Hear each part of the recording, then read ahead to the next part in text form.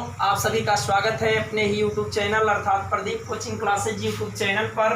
और मैं हूं रणजीत यादव। आप सभी के बीच में जो है हाई स्कूल का फिजिक्स तो खत्म हो गया है, केमिस्ट्री चल रहा है। केमिस्ट्री में दूसरा चैप्टर आपको बताया गया है एसिड बेस एंड साल्ट, अर्थात जिसको आप हिंदी में अम्ल क्षार एवं लवण कहते हैं।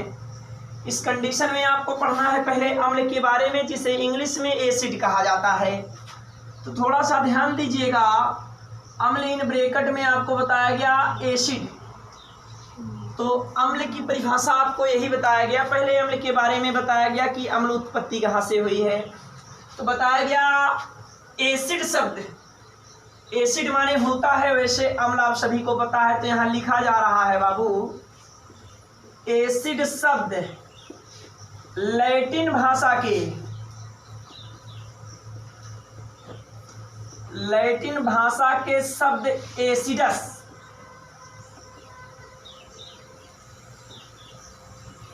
एसिडस से बना है, जिसका अर्थ होता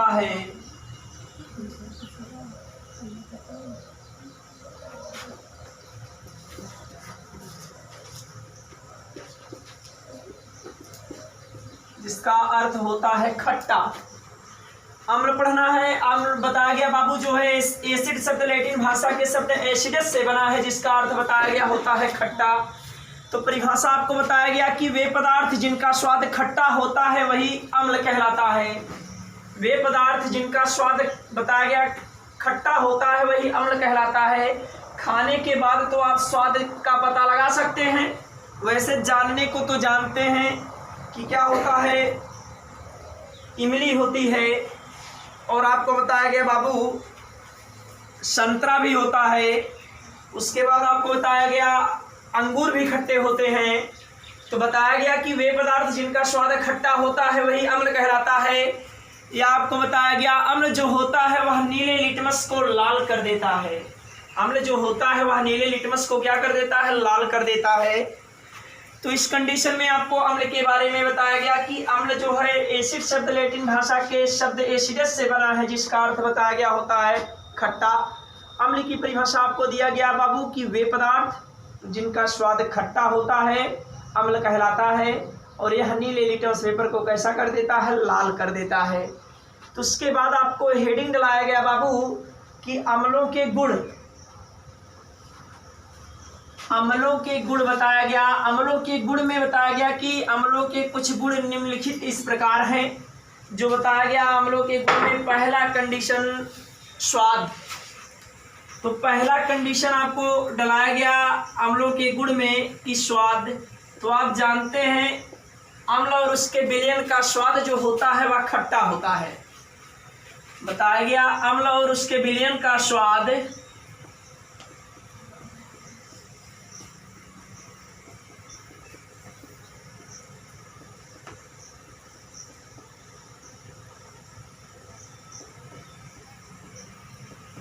यही बताया गया बाबू स्वाद है। अम्ल और उसके विलयन का स्वाद कैसा होता है, बताया गया खट्टा होता है। उसके बाद नंबर दूसरा हेडिंग अम्लों के गुण में आपको बताया गया धातुओं के साथ अभिक्रिया, जो कि बहुत ही इंपॉर्टेंट माना जाता है। और इस कंडीशन में बताया गया इसमें आपको रिएक्शन भी करना है। केमिस्ट्री का मतलब यही होता ही है कि सबसे अधिक इसमें रिएक्शन रहेगा। तो ध्यान दीजिएगा, अब हेडिंग आपको डलाया गया धातुओं के साथ अभिक्रिया।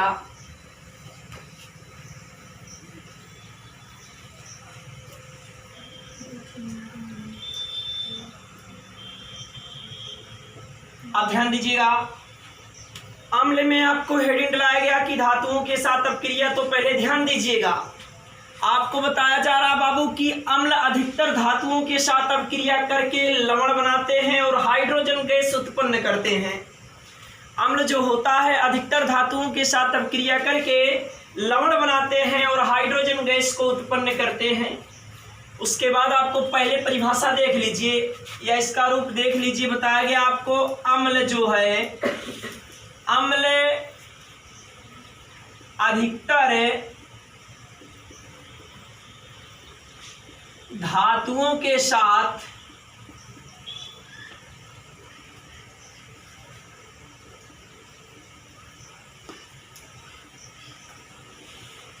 अम्ल अधिकतर धातुओं के साथ अभिक्रिया करके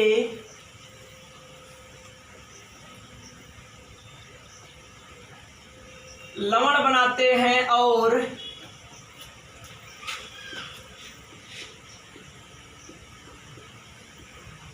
हाइड्रोजन गैस उत्पन्न करते हैं।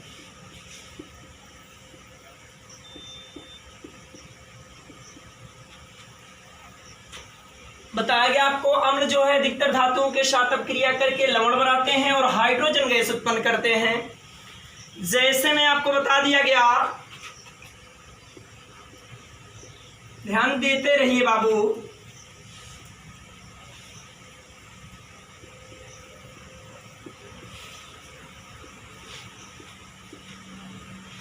जैसे हाइड्रोक्लोरिक अम्ल इन ब्रैकेट में HCl comma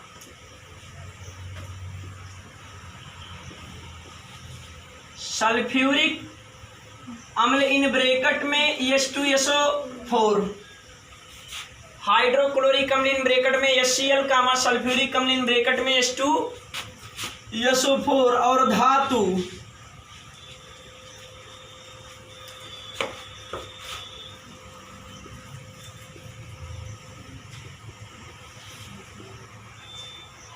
magnesium in bracket में बताया गया Mg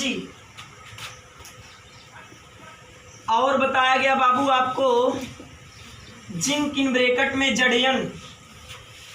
बताया गया आपको हाइड्रोक्लोरिक अम्ल इन ब्रैकेट में HCl, सल्फ्यूरिक अम्ल इन ब्रैकेट में H2SO4 और धातु बताया गया बाबू मैग्नीशियम इन ब्रैकेट में Mg और जिंक इन ब्रैकेट में Zn के साथ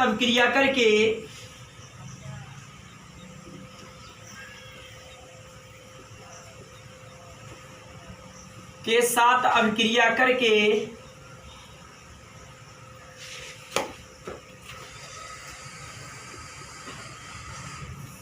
लवण बनाते हैं और हाइड्रोजन गैस उत्पन्न करते हैं।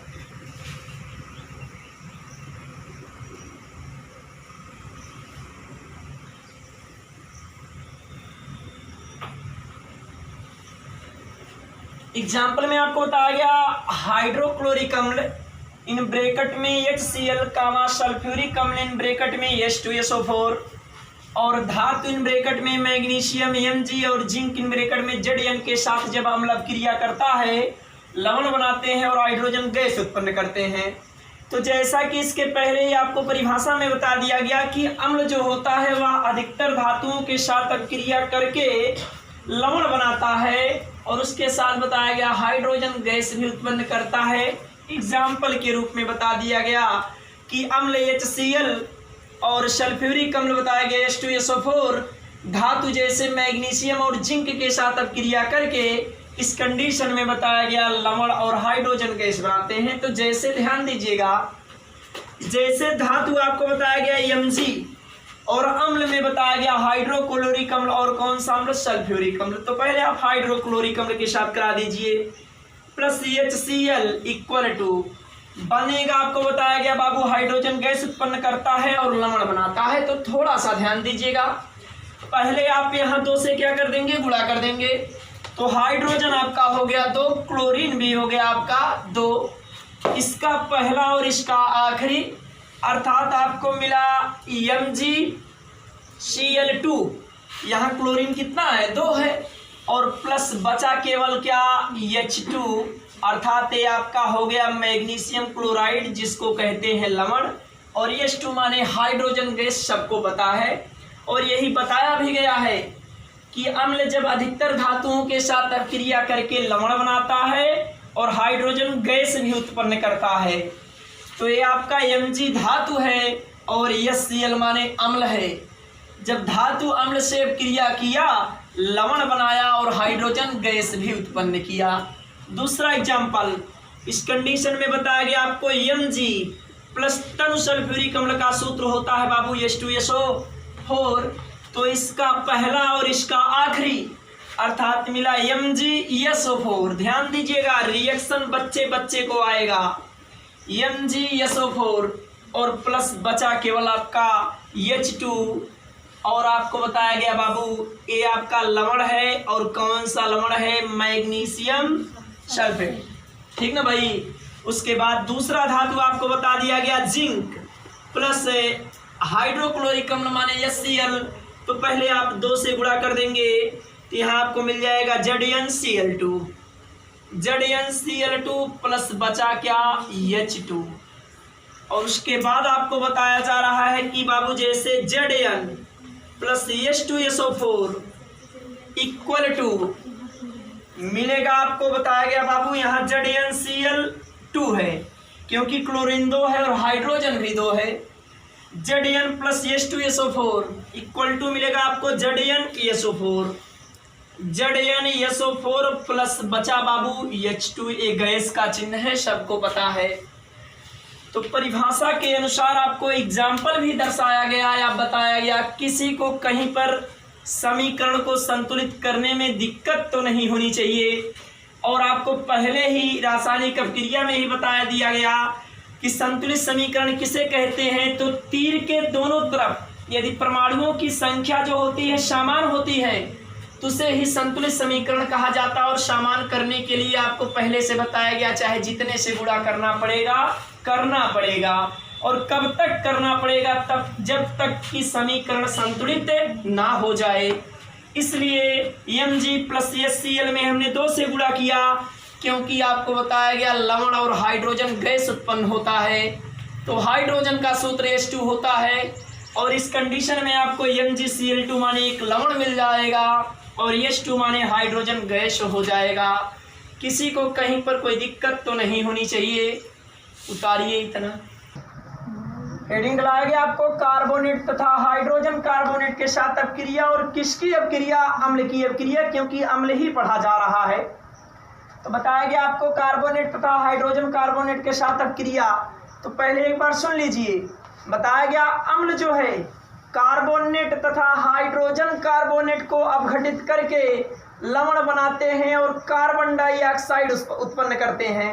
तो देख लीजिए, पहले आपको बताया क्या जा रहा बाबू,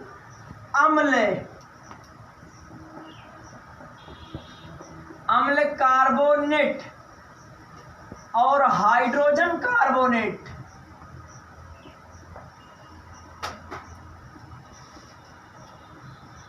अम्ल कार्बोनेट और हाइड्रोजन कार्बोनेट को अपघटित करके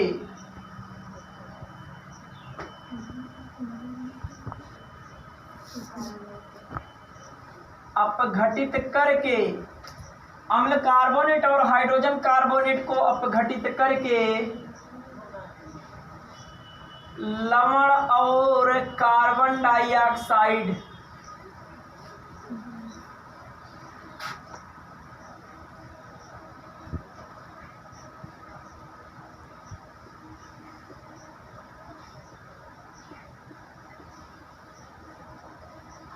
बताया गया बाबू, अम्ल कार्बोनेट और हाइड्रोजन कार्बोनेट को अपघटित करके लवण और कार्बन डाइऑक्साइड गैस उत्पन्न करते या कार्बन डाइऑक्साइड उत्पन्न करते हैं। जैसे में ध्यान दीजिएगा भाई, जैसे बताया गया सोडियम कार्बोनेट, थोड़ा सा ध्यान देना, जैसे सोडियम कार्बोनेट और बताया गया कैल्शियम कार्बोनेट।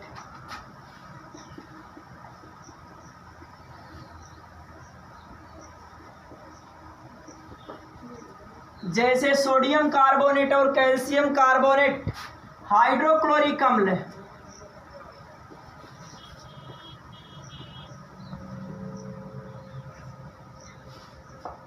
हाइड्रोक्लोरिक अम्ल इन ब्रैकेट में HCl कामा,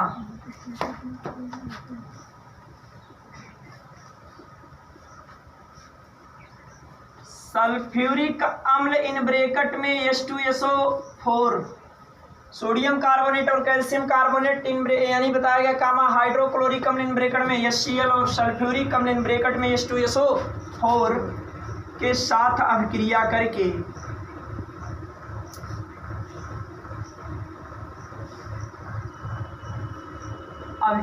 करके बताया गया लवण और कार्बन डाइऑक्साइड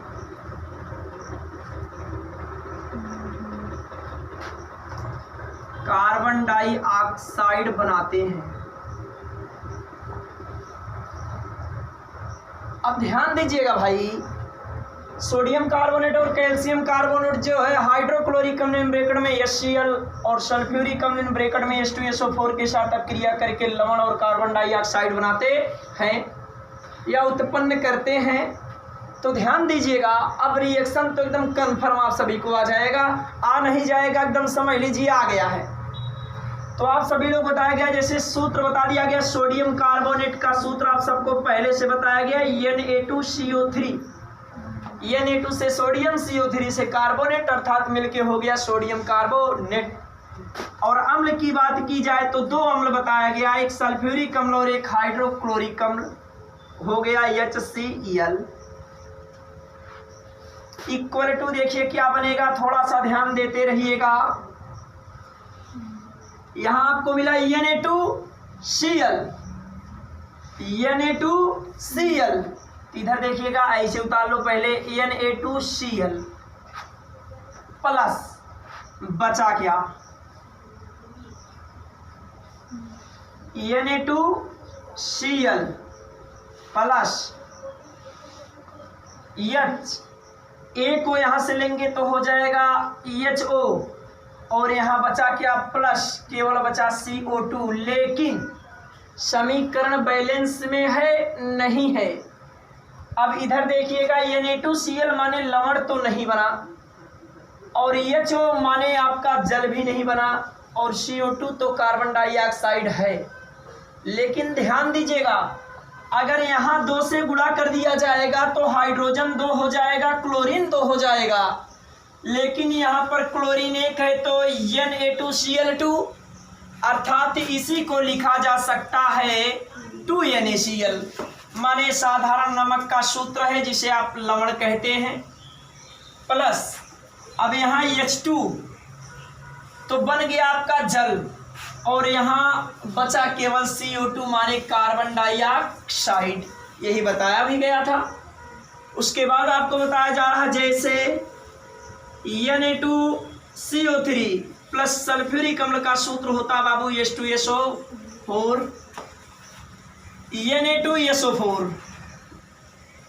Na2SO4 माने सोडियम सल्फेट जो है लवण, प्लस H2A को लेंगे तो हो जाएगा बाबू H2O, प्लस बचा केवल CO2 माने कार्बन डाइऑक्साइड। अब उसके बाद आपको बताया गया कैल्शियम कार्बोनेट, जिसका सूत्र होता है CaCO3, यही चाक का भी सूत्र होता है। और इस कंडीशन में आपको बता दिया गया प्लस HCl इक्वल टू, थोड़ा सा ध्यान दीजिएगा, पहले यहाँ 2 से आप गुणा कर देंगे, हाइड्रोजन 2 हो जाएगा, क्लोरीन भी 2 हो जाएगा, यहाँ ऑक्सीजन की मात्रा 3 है, तो मिलेगा क्या, CaCl2 प्लस H2A को लेंगे तो हो जाएगा H2O, और प्लस बचा केवल CO2। देखिए बैलेंस में है, क्लोरीन कितना था 2, हाइड्रोजन 1 और 2 मिलके हो जाएंगे 3, और यहाँ पर ऑक्सीजन है तो ऑक्सीजन की मात्रा हो गई कितना, 3, अर्थात ये आपका बैलेंस में हो गया।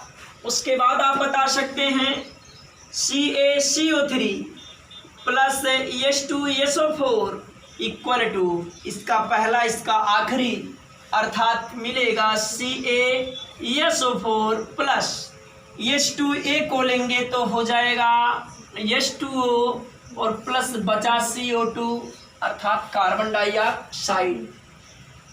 अब एक देख लीजिए सोडियम बाइकार्बोनेट या सोडियम हाइड्रोजन कार्बोनेट, जो सूत्र होता है NaHCO3 इक्वल टू, अम्ल के साथ अब क्रिया तो प्लस HCl इक्वल टू, या एरो का चिन्ह, इसी को कहते हैं सोडियम हाइड्रोजन कार्बोनेट, या इसी को कहा जाता है सोडियम बाइकार्बोनेट। तो बनेगा क्या, NaCl, ध्यान देते रहिएगा बाबू, ये आपका लवण है, सबको पता है, जिसे साधारण नमक का सूत्र कहा जाता है NaCl, जिसका रासायनिक नाम होता है सोडियम क्लोराइड, प्लस H माने H2A को लेंगे तो हो जाएगा बाबू H2O, और प्लस बचा केवल CO2। यही हेडिंग आपको डलाया गया था। कार्बोनेट तथा हाइड्रोजन कार्बोनेट के साथ अपक्रिया, और किसकी अपक्रिया? अम्ल की अपक्रिया, अम्ल पढ़ा जा रहा है। तो आपको यही बताया गया परिभाषा की अम्ल कार्बोनेट और हाइड्रोजन कार्बोनेट को अपघटित करके लवण और कार्बन डाइऑक्साइड गैस उत्पन्न करता है, जो कि ये लवण है, ये कार्बन डाइऑक्साइड है, लवण है, कार्बन डाइऑक्साइड है, लवण है, ये भी कार्बन डाइऑक्साइड है, ये भी लवण है, ये भी कार्बन डाइऑक्साइड है, और ये भी कार्बन डाइऑक्साइड है। इधर लवण आपका बना है, किसी को कहीं पर कोई दिक्कत नहीं होनी चाहिए। यदि दिक्कत होगा तो आप अपने कमेंट बॉक्स में जाकर कमेंट के माध्यम से हम तक अपनी प्रॉब्लम को पहुंचा सकते हैं, और उसका निवारण हम करने के लिए ऑलरेडी तैयार हैं।